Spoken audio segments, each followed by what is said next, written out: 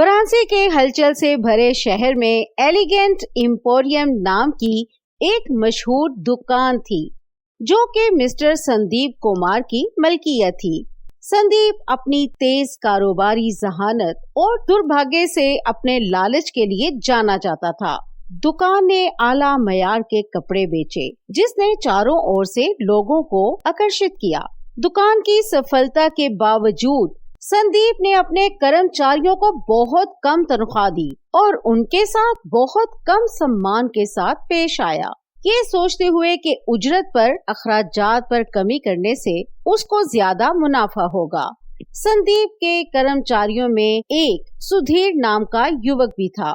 सुधीर हमेशा सीखने के लिए उत्सुक रहता था और बहुत मेहनती था।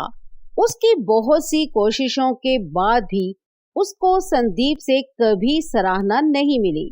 सुधीर को मिलने वाली मामूली सी तनख्वाह से उसके जीवन यापन का खर्चा निकालना मुश्किल हो गया था, लेकिन उसने एलिगेंट एम्पोरियम में काम जारी रखा क्योंकि उसे अपने परिवार के लिए नौकरी की जरूरत थी। सुधीर अक्सर बिना किसी शिकायत के लंबे समय तक काम करता, इस उम्मीद में कि एक दिन उसकी कड़ी मेहनत सफल होगी। हालांकि संदीप हमेशा की तरह कंजूस और नाशुक्रा रहा। वो सुधीर और उसके साथियों पर तनकीद करता और दुकान की कामयाबी में उनके योगदान को नजरअंदाज करता। एक शाम विशेष रूप से कठिन दिन के बाद सुधीर ने अपनी दोस्त मीरा को काम पर उसके संघर्षों के बारे में सारी बात बताई। मीरा एक समझदार कारोबारी शख्सियत थी। उसने सुधीर को अपने सपनों को पूरा करने के लिए प्रोत्साहित किया और उसे अपना खुद का कारोबार शुरू करने के बारे में सिखाने की पेशकश की। उसके शब्दों से प्रभावित होकर सुधीर ने एक कदम उठाने का फैसला किया। सुधीर ने अपना हर रुपया बचाया और मीरा से सब कुछ सीखा और आखिरकार नोवा क्रिएशंस के नाम से एक छोटा सा कपड़े का ऑनलाइन स्टोर खोला। उसने अपना ज्ञान और एलिगेंट एम्पोरियम में काम करने का तजुर्बा इस्तेमाल किया, एक ऐसा कारोबार बनाने के लिए जिसका फोकस मानक मसनूआत और उचित कस्टमर सर्विसेज पर हो। संदीप के विपरीत सुधीर ने अपने कर्मचारियों के साथ अच्छा व्यवहार किया और उनको उचित तनख्वाहें दी, इस यकीन के साथ कि एक खुश टीम कामयाबी की कुंजी है। सुधीर की कड़ी मेहनत और नैतिकता कारोबारी तरीके रंग लाए और नोवा क्रिएशंस ने तेजी से कामयाबी हासिल की और कुछ ही सालों में ये एक बहुत बड़ा ब्रांड बन गया। सुधीर के स्टोर ने खूब तरक्की की। इसे न सिर्फ वित्तीय सफलता मिली बल्कि इसके ग्राहकों और कर्मचारियों की तरफ से भी सम्मान और प्रशंसा मिली।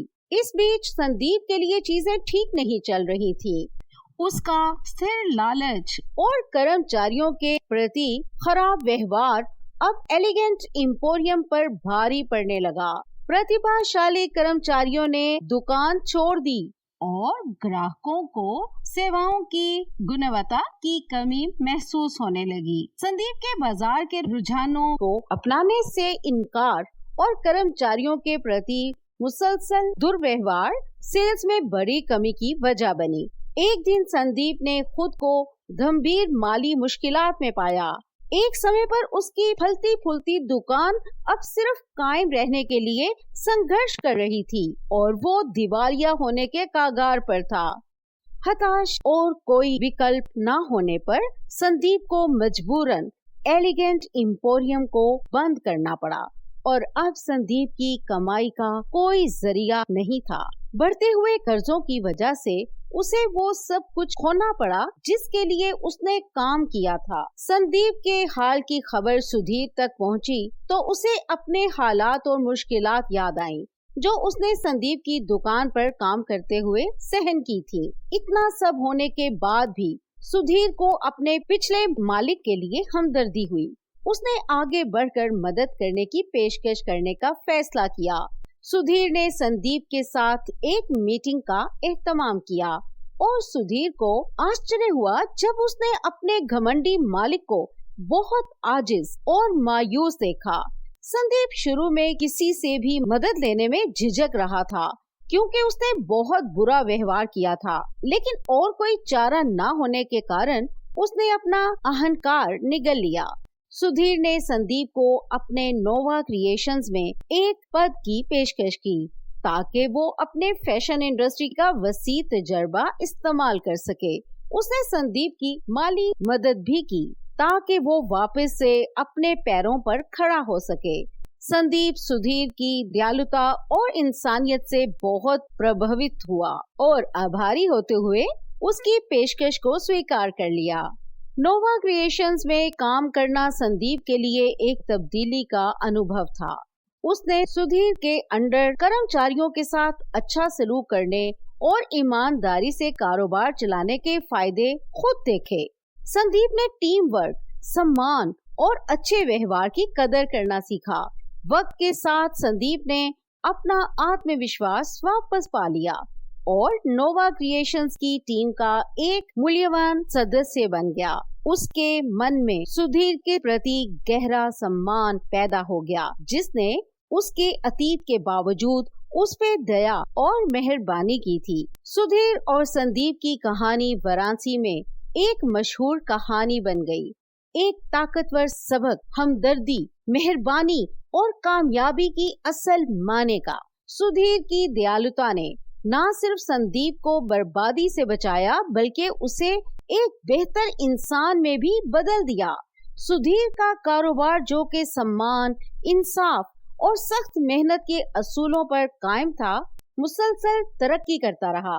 संदीप जो खाली अपने लालच के लिए जाना जाता था, उसे मुक्ति और प्राप्ति का एहसास हुआ जो उसे पहले कभी नहीं हुआ था। और यूं वाराणसी के शहर में उम्मीद की किरण और एक मिसाल के रूप में दयालुता की ताकत खड़ी थी, ये साबित करते हुए कि लालच और मुश्किलात के सामने दयालुता, ईमानदारी से हकीकी और सच्ची सफलता मिल सकती है।